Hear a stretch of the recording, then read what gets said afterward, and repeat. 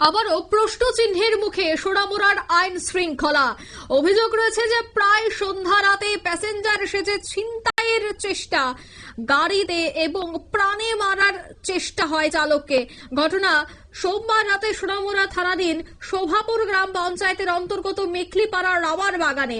অভিযোগ রয়েছে যে আহত চালকের নাম সাগর বণিক, পিতা নান্টু বণিক। তাকে গুরুতর আঘাত করা হয়। তবে সে বিষয়ে আরো বিস্তারিত জানবো। টেলিফোন লাইনে যুক্ত হয়ে গেছে সোনামুড়া থেকে প্রতিনিধি অমিত দত্ত। অমিত, এই যে সোনামুড়ার আইন শৃঙ্খলা নিয়ে বারবার অভিযোগ, আবারও ছিনতাইয়ের চেষ্টা, কি বলবে এই বিষয়টা নিয়ে? আইন শৃঙ্খলা নিয়ে কি বলবে?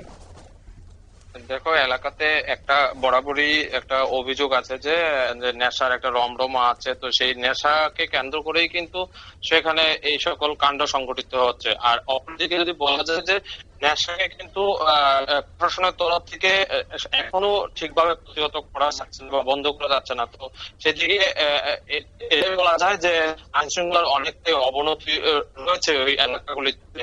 না হলে রাত প্রায় সন্ধ্যা রাত প্রায় 8টা থেকে 9টার মধ্যেই কিন্তু প্যাসেঞ্জার, 3জন প্যাসেঞ্জার সাগরের যে টোটো চালক সাগরের অটোতে উঠে এবং তাকে বলে যে প্রথমে তো কাঠালিয়াতে যাওয়ার জন্য, কিন্তু সে ওরা কাঠালিয়াতে না গিয়ে শোভেন্দ্রনগর শোভাপুর এলাকাতে সেখানে একটা রাবার বাগানে ওকে নিয়ে যায় এবং তার থেকে কিন্তু তার মোবাইল ফোন ছিনতাই করে, তার কাছে যে অর্থ ছিল সেটাও ছিনতাই করে এবং একটা সময় তাকে অনেকটা দূরে নিয়ে গিয়ে তারা প্রাণী মারারও চেষ্টা করে। কিন্তু সে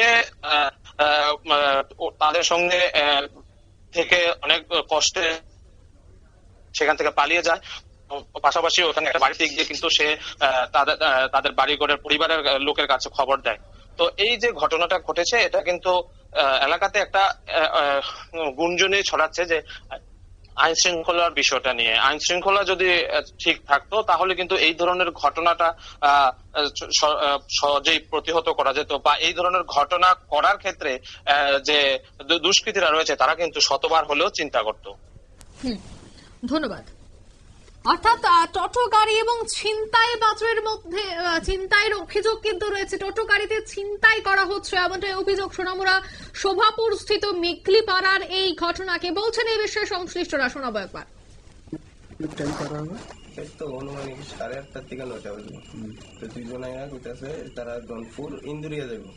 তো আমি কইছি এমন 250 টাকা দিব। তো তারা রাজি হয়েছে। তো দনপুর যাইতে যাইতে রবীন্দ্রনগর গিয়ে তারা কয় তারা বাড়ি রাজনগর নিয়ে নামাই দিয়া মন। আমি বলছি না, আমি এত দূরে যাইতাম না। তো তারা কইছে আচ্ছা তাহলে ইন্দুরি দনপুরই চলো। তো দনপুর গেছি পরে আমার মোবাইলটা নিয়েছিল নিয়ে তারা কল করতেছিল কারে কারে দেন।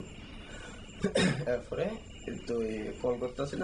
তো তারা কথা হয়তো বা কেউ লোকে হয়েছে না কার লোক হয়েছে। এরপর ধনপুরের থেকে কাটিলে বলে আর একটু নিয়ে দিয়ে কথার মধ্যে তারা যেসব মোবাইলে কথা কইতে আসলে এমন সময় কারোর সাথে কথা করার মধ্যে অসম্পূর্ণতা পাইছে না, কোনো কিছুর মধ্যে কথার মধ্যে কোনো কিছু ভেজাল টেজাল পাইছে না? না না না, এমনি নর্মালি কথা কইতেছিল। তো তারা আমার লইয়ার পরে কাটিলে গেছে। আমি প্রথম ধনপুর যাও না, আমি কইছি যে আমার তো এনো বন্ধুর বাড়ি আছে 2জন, তুমি কার বেদ যাবে।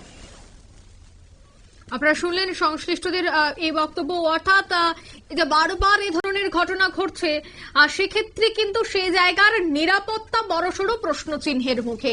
সেখানকার মানুষজন রাতের দিকে এই ধরনের বিষয়ের শিকার হচ্ছে। তাই তড়িঘড়ি যেন নিরাপত্তার ব্যবস্থাটা আরো বেশি জোরদার করা হয় তার দাবি কিন্তু তুলছে এলাকাবাসীরা। নিয়ে নিয়েছে ছোট্ট একটি বিজ্ঞাপন বিরতির সঙ্গে থাকুন।